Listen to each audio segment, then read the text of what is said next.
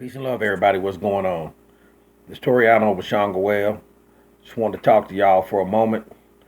Camera's acting crazy on the other side, so I don't really know what's going on with it. But I just wanted to talk with you specifically about a couple of points. One of them deals with land patents, and the other one is deals with my Moorish veterans.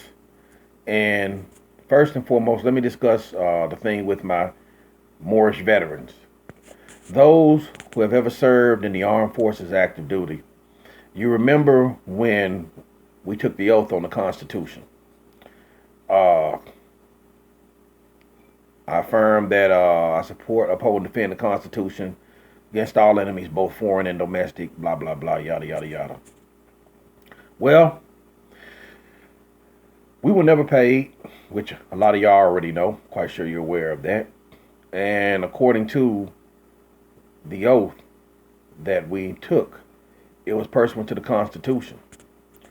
So if you look at your DD 214, that DD 214 tells you how long you were active, or your cumulative years. If you're in the reserves, your cumulative years of active duty service.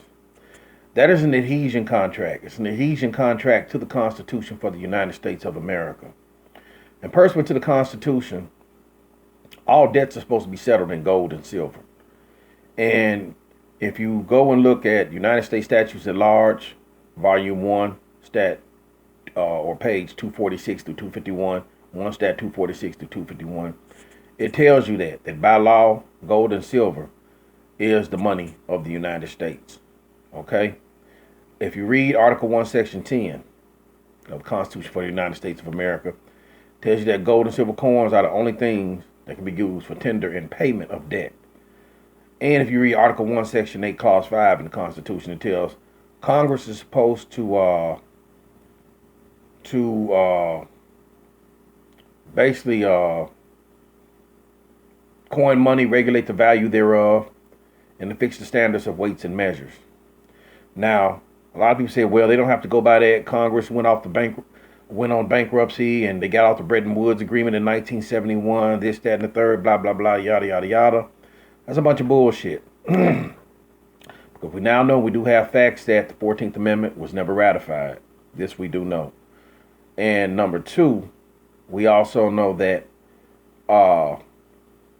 under the book Constitutional Law, reprinted from Case Law, Constitutional Case Law, Volume 6, Subsection 117 and Subsection 118, it tells you about contracts as it relates to the Constitution and people who act above the Constitution or act upon an unconstitutional statute. They do so at their own peril. So that DD 214 is still evidence of a debt. Basically, it is a certificate of discharge, but not only that, it's a certificate of indebtedness that they still owe you. They still owe you lawful money, gold and silver. Only thing they did was discharge the debt. That's it. But they were supposed to pay you. If you go read the Liberty Coin Act of 1985, that's when they coined the walking liberty, or what they call United States American Eagles. 1 troy ounce, 0.999, silver bullion, 31.103 grams. It says on there that it is a $1 coin. You were supposed to be paid the equivalent of that. That debt is still owed to you. And now, because you were never paid, they must account for the inflationary adjustment rate. So just go and study that and look into that. Now, some of you guys have done 20 years, 4 years, 3 years, such as myself, 10 years, whatever. That certificate of indebtedness is the DD 214 for you. Okay? Some of you were in the reserves, cumulative active duty service, same thing. So you have equity. You have equity waiting on you in the form of payment in the equivalent of gold and silver, as is truly supposed to be measured, not against the U.S. Fiat note or the Federal Reserve. No, as it's truly supposed to be measured, and you can find the true measurements of that because it fluctuates at usdebtclock.org. Go down to the right-hand corner of the screen, look up gold and silver. Okay.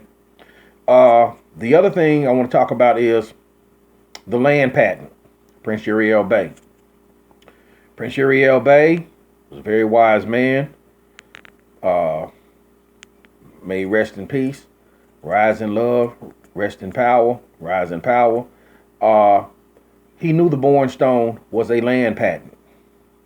The land patent is granted by the sovereign, according to the Bible. I did a post on the sovereignty of the Most High Creatress, creator of the heavens and earth, known in ancient tongues as Yahweh, Oludamariaman, Allah, Yah. It talks about his sovereignty, and it talks about landmarks. It is a land patent. They couldn't move it.